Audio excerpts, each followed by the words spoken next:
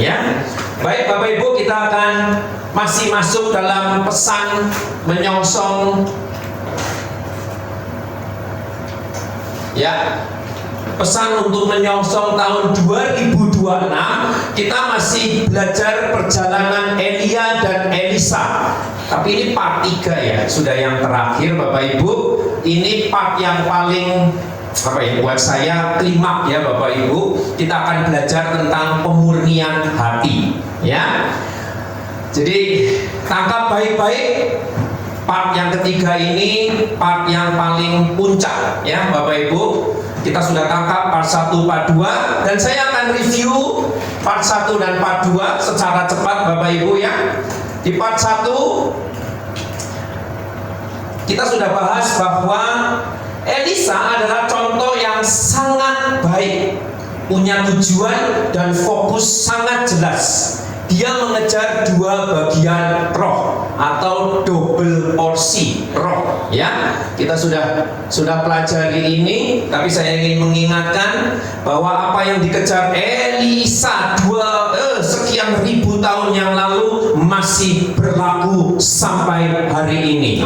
Amin. Ya, 2 bagian roh itu bicara, yang pertama adalah hidup mengandalkan kasih karunia. Bapak Ibu, prinsip hari perhentian yang di bulan November sudah kita khotbahkan berkali-kali, ini pewahyuan yang sangat kuat daripada Tuhan.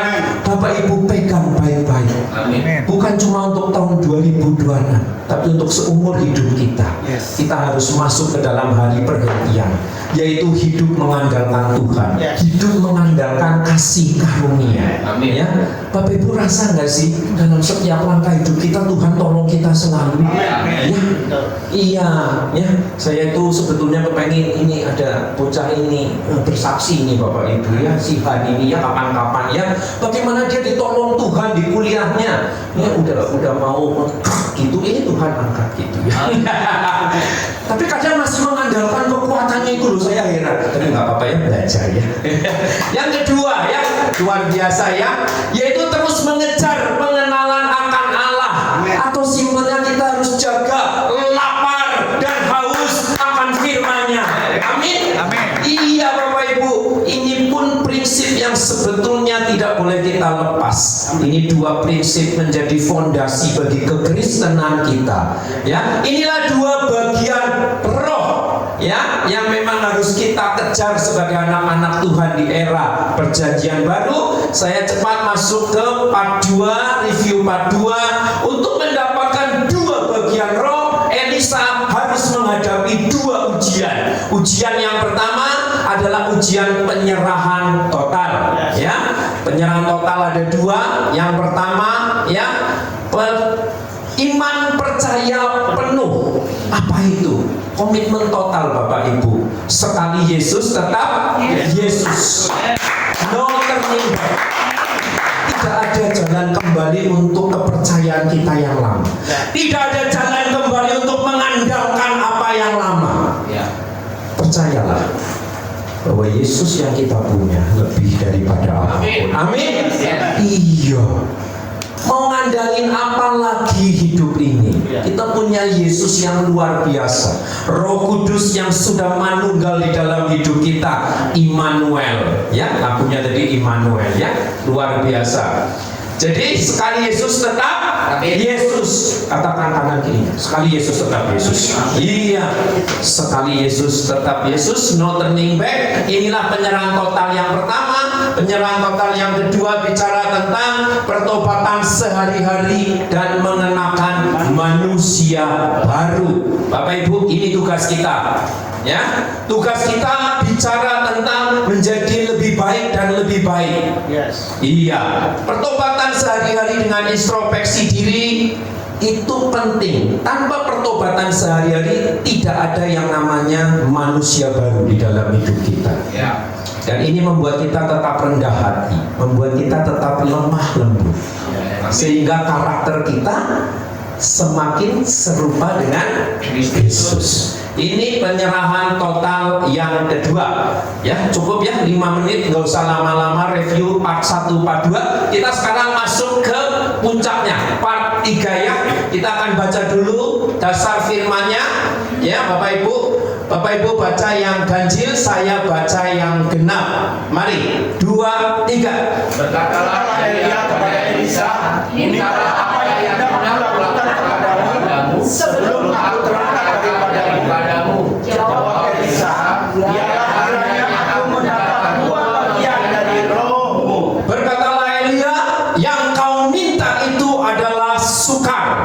Tetapi jika engkau dapat melihat aku terangkat daripadamu, akan terjadilah kepadamu seperti yang demikian. Ya, ini ayat yang mendasari bagaimana Elia punya fokus dan Elisa punya fokus dan tujuan yang jelas, yaitu mendapat 2 bagian roh. Mari kita sekarang baca lanjutannya. 2, 3. Sedang mereka berjalan terus sambil berkata-kata, tiba-tiba datang mereka berapi dan budak api memisahkan keduanya. Lalu naiklah Elia ke surga dalam angin badai. Ketika Elisa melihat itu, maka berteriaklah ia, Bapakku, Bapakku, kereta Israel dan orang-orangnya yang berkuda. Kemudian tidak dilihatnya lagi. Ya, lalu direnggutkannya pakaiannya dan dikoyakkan menjadi 2 koyakan. Disinilah Bapak Ibu sebuah ayat yang sebetulnya legendaris, ya. Naik, betul-betul Elisa diangkat naik hidup-hidup. Ya, begitulah ya. Elia diangkat naik hidup-hidup, ya. Dan itu akan sebetulnya membuat Elisa itu syok, Bapak Ibu. Kita pun kalau ada di posisi Elisa, kita pasti syok, ya. Karena memang hampir nggak ada ya, hanya tiga orang ya, 3 manusia yang diangkat naik. Henok, Elia, Tuhan Yesus. Berikutnya ada Pak Budiono gitu. Oh ya, haleluya. Enggak, kita bareng-bareng dia rapture. Amin. Aduh ya. Begitu terkejutnya, begitu syoknya si Elisa sampai pakaiannya dikoyakkan jadi 2. Bukan main tarsan-tarsanan Bapak Ibu, bukan. Kalau orang Israel zaman dulu merobek pakaiannya jadi 2, tanda perkabungan atau penyesalan. Ya, nanti kita akan bahas ngapain dia koyakin pakaiannya jadi 2, ya. Nanti kita akan bahas. Kita akan baca dulu ayat, lompat ke ayat 14, kita baca sama-sama. 2, 3. Yang ambil jubah Elia, itu dipukulkannya ke atas air sambil berseru, di manakah Tuhan Allah Elia? Ia memukul air itu lalu berbagi ke sebelah sini dan ke sebelah sana. Maka menyeberanglah Elisa. Stres dia ini, ya. Stres. Habis mau yakin pakaian, dia ambil jubahnya Elia yang jatuh, digulung-gulung, dihantamin ke sungai Yordan. Lagi stres aja bikin mujizat Bapak Ibu. Akhirnya sungai Yordan terkoyak ke kanan ke kiri, ya. Terbagi, ya. Tapi yang luar biasa gini, ngapain dia berseru, di manakah Tuhan Allah Elia? Bapak Ibu, ini menarik, kata-kata ini menarik. Kalau kita pelajari sebelum-sebelumnya, Elisa selalu ngomongnya gini, demi Tuhan yang hidup dan demi hidupmu sendiri, aku tidak akan pernah meninggalkan kau. Itu dia ngomong sama Elia begitu, ya. Nah, apa sih arti kalimat di manakah Tuhan Allah Elia? Ini sebetulnya sebuah kalimat yang aneh, kalimat yang memang harus diselidiki, ya. Bapak Ibu, saya sudah selidikin. Memang di dalam beberapa komentari itu yang saya ambil yang 2 yang terbaik. Inilah arti sebetulnya yang ada di dalam hati Elisa waktu mengucapkan kalimat ini. Yang pertama, di manakah Tuhan Allahnya Elia? Aku sangat menginginkan engkau. Yang kedua, di manakah Tuhan Allah Elia? Aku sangat ingin mengenal engkau. Ini terjemahan yang pas banget untuk teriakannya Elisa di tengah dia syok tiap orang diangkat naik ke surga. Ya, saya pikir kalau di Bandung tiba-tiba ada yang diangkat naik ke surga kali viral bertobat semua kali. Loh, ini peristiwa luar biasa loh. Dan dia satu-satunya orang yang di sebelahnya Elia, dan tiba-tiba ada kereta berapi dengan kuda berapi. Bapak Ibu bisa bayangin, ya? Jadi bukan pakai mobil Innova atau Pajero gitu ya terus diangkat naik, enggak. Ada kereta berapi dan kuda berapi tiba-tiba nyelonong set di bawah naik, ya. Nah, kita akan cari tahu kenapa dia ini mengucap dari dalam hatinya, mengucap yang seperti ini. Ini penjelasannya. Bapak Ibu, Elisa sangat terguncang ketika menyaksikan Elia diangkat naik ke surga hidup-hidup. Makanya Elisa mengoyakkan jubahnya.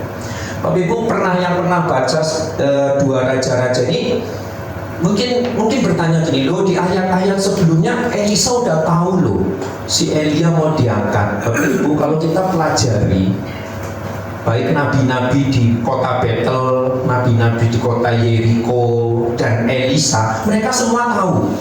Tapi itu sebetulnya pernyataan skeptis kalau kita pelajari di tensisnya. Mereka itu ngomong Elia mau naik ke surga, tapi sebetulnya mereka ini skeptis. Skeptis itu gini, apa iya sih? Pernyataan ragu-ragu, pernyataan kurang percaya, pernyataan yang membutuhkan bukti, ya.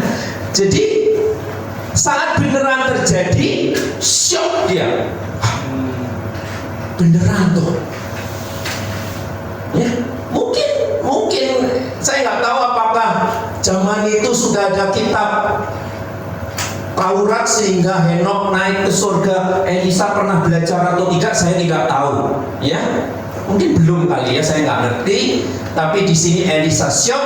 Nah, di tengah Elisa syok inilah, nah, hati dan pikiran Elisa terbuka, mendapat sebuah pencerahan, mendapat kasih karunia dari Tuhan.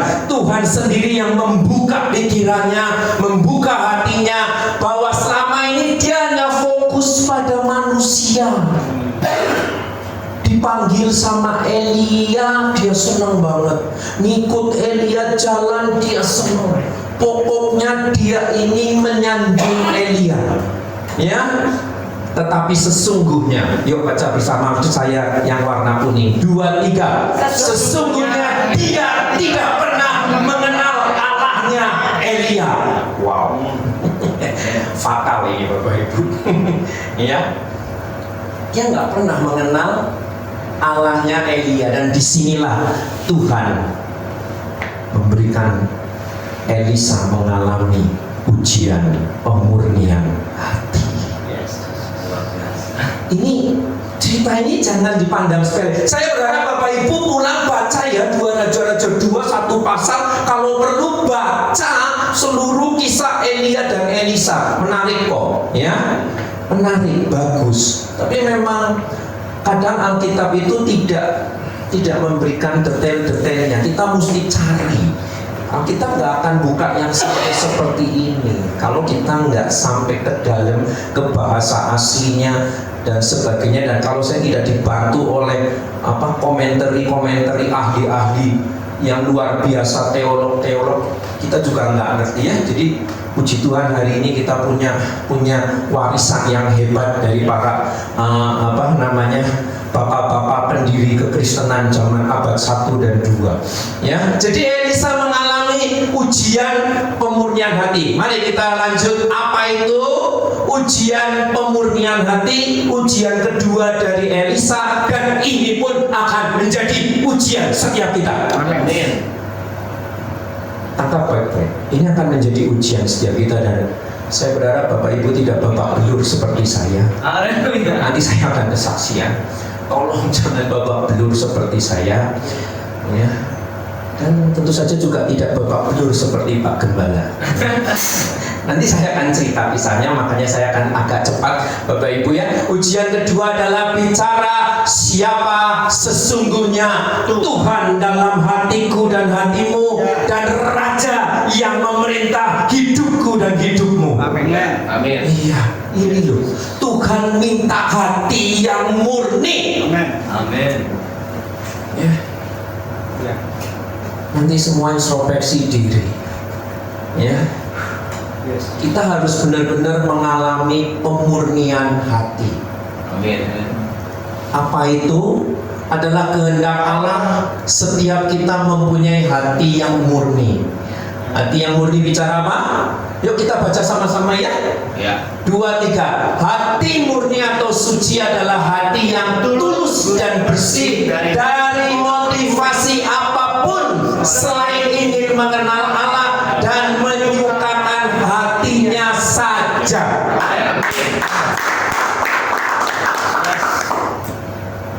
Apa motivasi kita ikut Tuhan? Banyak orang hari ini motivasinya nggak jelas. Pergi ke gereja supaya orang lihat saya dan keluargaku rohani. Bisa ya? Bisa. Pergi ke gereja gede supaya saya pembisnis, saya ketemu bisnismen lain dapat proyek bisnis. Bisa? Bisa. Hati manusia siapa yang tahu? Ya. Nanti dibahas di belakang ya. Kita lihat dasar firmannya dulu. Matius 5 ayat 8. Ini firman yang luar biasa. Kalau di perjanjian lama ada Elia Elisa, ini di perjanjian baru. Berbahagialah orang yang suci atau murni hatinya, karena mereka akan melihat Allah. Kata melihat Allah itu bukan terus mata kita melihat Tuhan, bukan, tapi mengenal Tuhan secara karib, secara pribadi. Amin. Amin. Kalau kita nggak punya hati yang murni, kita nggak akan pernah mengenal Tuhan secara karib. Ya. Pasti ada sesuatu yang mentok. Kenapa? Karena Tuhan tidak pernah mau berbagi, bertahta di hati kita. Kalau ada yang lain, Tuhan yang minggir. Ya. Loh, saya mau serius Bapak Ibu. Kalau kita nggak benar-benar jaga hati kita dan kita taruh yang lain, Tuhan yang minggir. Ya. Tuhan ngalahan kok, dah nggak usah. Tapi yang rugi kita. Ya Bapak Ibu ya, puji Tuhan. Ya, baik. Bapak Ibu, kita akan lihat beberapa ayat ya yang bicara tentang bagaimana kita harus punya hati yang murni. Kenapa? Yang pertama, secara cepat, jangan ada padamu Allah lain di hadapanku. Jangan sujud menyembah kepadanya atau beribadah kepadanya, sebab aku Tuhan Allahmu adalah Allah yang cemburu, ya, yang membalaskan dan seterusnya. Allah kita itu Allah cemburu loh Bapak Ibu. Ya, dia nggak mau berbagi untuk bertahta di hati kita. Amin. Yang berikutnya Lukas 16:13, ini kita baca bersama-sama. 2, 3. Seorang hamba tidak dapat Mengabdi kepada dua Tuhan, karena jika demikian ia akan membenci yang seorang dan mengasihi yang lain, atau ia akan setia kepada yang seorang dan tidak mengindahkan yang lain. Kamu tidak dapat mengabdi kepada Allah dan kepada Mamon. Mamon itu apa? Mamon itu iblis dalam bentuk cinta akan uang. Iblis itu kalau dalam bentuk cinta akan uang itu namanya Mamon. Salah satu jenderalnya iblis. Jenderal iblis masih ada beberapa ya. Ada Beelzebul, ada apa saya kurang terlalu paham ya. Tapi yang jelas Bapak Ibu, Alkitab mencatat Tuhan dibandingkan apple to apple atau one on one langsung sejajar itu cuma dengan Mamon. Alkitab nggak pernah menulis Tuhan dibandingkan dengan apa, roh pembunuh, dengan roh penyembah berhala. Enggak. Yang dibandingkan adalah Mamon, roh cinta akan uang. Dan berita baiknya, setiap kita akan masuk ujian ini. Ya. Dan saya berharap Bapak Ibu menang. Ya, pasti satu titik, entah Bapak Ibu sudah diuji di titik ini, entah belum, yang muda-muda siap ya. Satu titik akan diuji di titik ini. Bukan berarti uang jahat Bapak Ibu, enggak. Uang itu cuma benda kertas gitu tuh enggak jahat. Tapi cinta akan uang itu jahat. Cinta akan uang, bicara fokus dan tujuan kita itu hanya cari duit lebih banyak dan lebih banyak lagi. Itu roh cinta akan uang. Ya, semoga dengan cepat nanti saya bisa kesaksian supaya lebih jelas ya Bapak Ibu. Next ya. Ingat, Tuhan akan mengejar setiap anaknya untuk dimurnikan hatinya. Bahkan kalau perlu Tuhan izinkan setiap penghalang dihancurkan untuk memurnikan hati anak-anaknya. Kok bisa? Kok kayaknya kalimatnya kejam Pak? Kok kayaknya kelihatan kalimatnya gimana gitu loh Pak? Ada kata menghancurkan segala. Bapak Ibu, saya akan perjelas dengan sebenarnya ada 3 kesaksian cuma nggak apa-apa ya. Kesaksian yang pertama ya, yang ringan dulu ya Bapak Ibu ya. Ada sepasang suami istri guru sekolah minggu. Dia melayani Tuhan dengan luar biasa ya, cinta Tuhan, giatnya luar biasa, cari Tuhan, doa apa semua sekolah minggu. Mereka baru menikah dan tidak dikaruniai anak. Mereka minta doa sambil pelayanan, minta anak. Waduh, mau doa pagi, mau doa semalam suntuk, mau doa apa, mereka ikut. Setelah kurang lebih 1 atau 2 tahun ya, akhirnya mereka dikaruniai anak. Ya, puji Tuhan.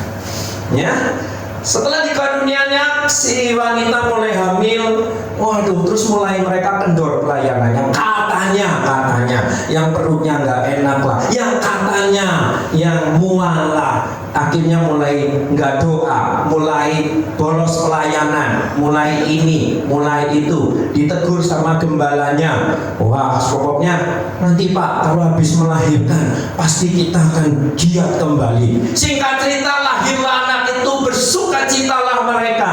Ya, tetapi apa yang terjadi dengan alasan anaknya harus diinin, harus diituin. Tambah lama pelayanan dan doa mereka tambah kendor, dor, sampai akhirnya tidak pergi ke gereja, tidak pelayanan lagi.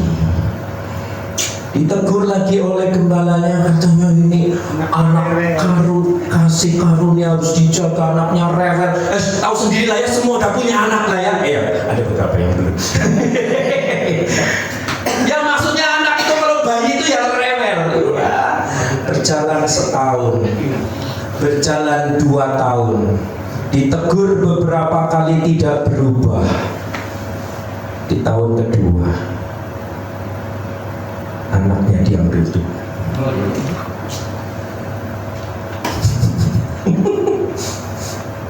Kenapa? Langsung anaknya bertahta di dalam hidupnya. Nah, saya mau pinjam kesaksian Bapak Gembala, versinya versi anak yang manis, tapi ya salah juga di hadapan Tuhan.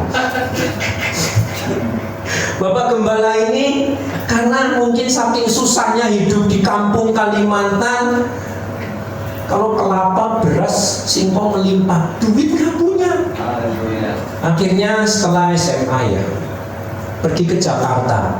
Ini versi bagus. Kalau saya diberkati Tuhan, Pak Gembala ini diberkati. Anak kampung, daftar kerja, kok tiba-tiba jadi kepala bagian yang di bawahnya ada 3.000 orang. Ini nggak mujizat dari mana? Anak kampung loh. Lift itu mau naik lantai 12 saja lihat orang. Oh gitu kok caranya mikir.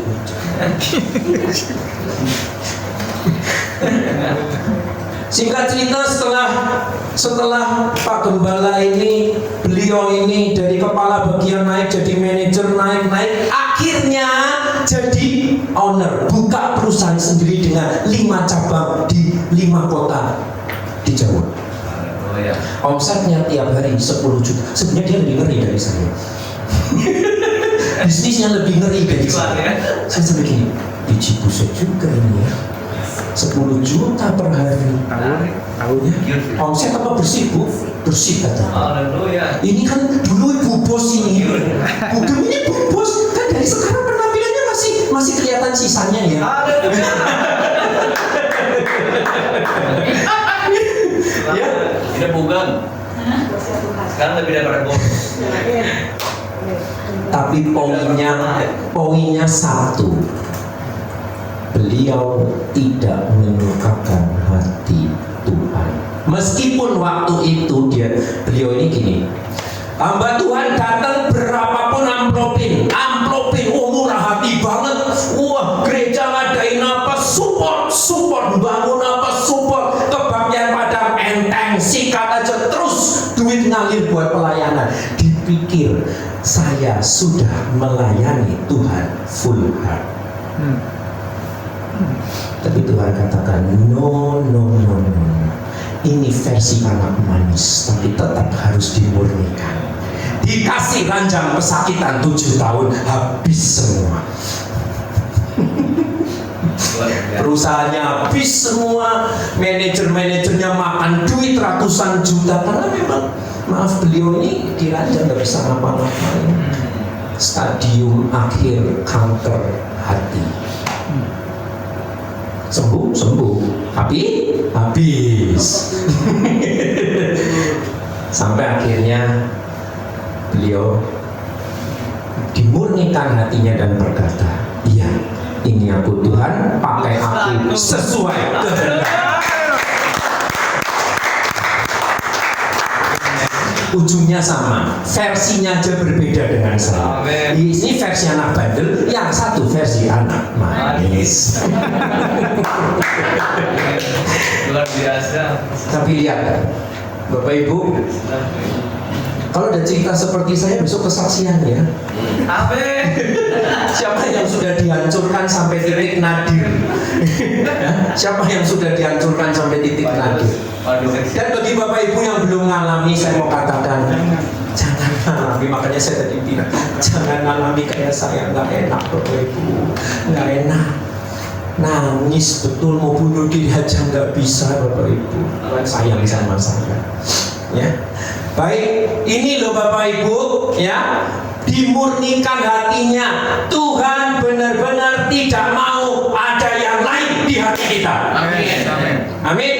Baik, mari kita lihat beberapa ayat secara cepat ya. Aku akan menaruh yang sepertiga itu dalam api. Aku akan memurnikan mereka seperti orang memurnikan perak. Aku akan memuji mereka seperti orang menguji emas. Mereka akan memanggil namaku dan aku akan menjawab mereka. Ayo baca bersama saya yang kuning 2, 3. Aku akan berkata, mereka adalah umatku, dan mereka akan menjawab, Tuhan adalah Allahku. Di hati kita cuma harus ada kata itu. Tuhan adalah Allahku satu-satunya. Itulah pemurnian hati. Ayat berikutnya, Maliaki 3 ayat 3. Ia akan duduk seperti orang yang memurnikan dan mentahirkan perak, dan yang mentahirkan orang Lewi. Siapa itu orang Lewi? Kita.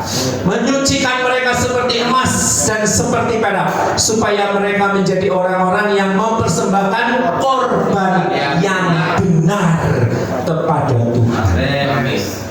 Motivasi selain menyukakan dan menyenangkan Tuhan, itulah persembahan korban yang benar. Kalau masih ada yang lain-lain, siap-siap Bapak Ibu. Dimurnikan. Mending bertobat sekarang. Amin. Mending introspeksi diri sekarang. Tuhan tak main-main loh. Saya udah ceritain kesaksian saya, kesaksian guru sekolah minggu, kesaksian Bapak Gembala. Tuhan tidak pernah main-main dengan yang satu ini. Apapun Tuhan akan kejar. Tuhan akan kejar. Ya, Bapak Ibu, masuk pertanyaan refleksi. Mengapa Tuhan kok bersikuku, ngotot untuk bertakhta dalam hati dan memerintah atas hidup kita? Apa iya sih Tuhan itu gila hormat? Apa iya sih Tuhan gila kekuasaan? Maaf Tuhan ya, saya nggak lagi ngomong yang buruk. Saya cuma ingin menggambarkan apa ya si Tuhan segitunya. Ada 2 jawaban yang menjadi slide terakhir. Ini loh, kita harus bersyukur dengan 2 jawaban ini. Dari refleksi ini, yang pertama, yuk baca sama saya, 2, 3. Bila bukan Tuhan yang bertahta atas hidup kita, maka cepat atau lambat iblislah yang akan bertahta dan menyeret kita ke api neraka kekal. Saya cuma mau ingatkan Bapak Ibu, tidak ada daerah netral di dunia ini. Bapak Ibu mau panas-panas, mau dingin-dingin, nggak ada suam-suam kuku. Mau ikut Yesus, sekali Yesus tetap Yesus. Kalau tidak, bukan Yesus jadi Tuhan kita, maka cepat atau lambat iblislah Tuhan. Iya. Tidak ada daerah abu-abu, mau putih-putih, mau jadi dukun hitam sekalian. Gelap sekalian. Mau terang-terang, gelap-gelap sekalian. Mau kerajaan terang apa kerajaan gelap, pilih. Oh Pak, saya netral Pak, kerajaan abu-abu nggak ada. Enak aja. Nanti habis ini. Ya.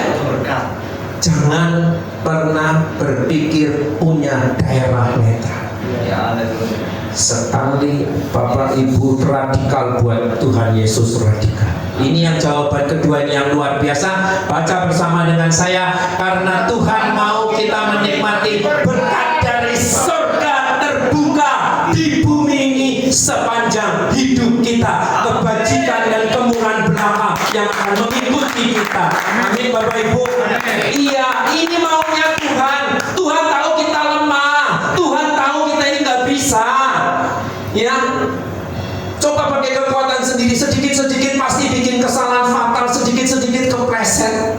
Tuhan ngerti, makanya Tuhan katakan, nah, aku mau nggak buat kamu susah, aku mau di bumi ini engkau penuh dengan damai sejahtera, sukacita, kebahagiaan. Karena itu Tuhan mau bertahta dan memerintah dalam hidup kita. Amin. Amin. Amin. Amin. Yes. Tema tahun 2026 ini nggak main-main. Bukan Bapak Gembala pinter bikin kata-kata, pinter men-open heaven generation. Bukan Bapak Ibu. Ini Tuhan yang kasih.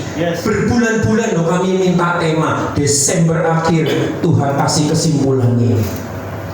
The rise of the open heaven generation living under the government of Christ. Mulailah jadi generasi surga terbuka. Tentu saja di bawah pemerintahan Kristus. Tanpa Kristus memerintah di hati kita, semua sia-sia. Amin.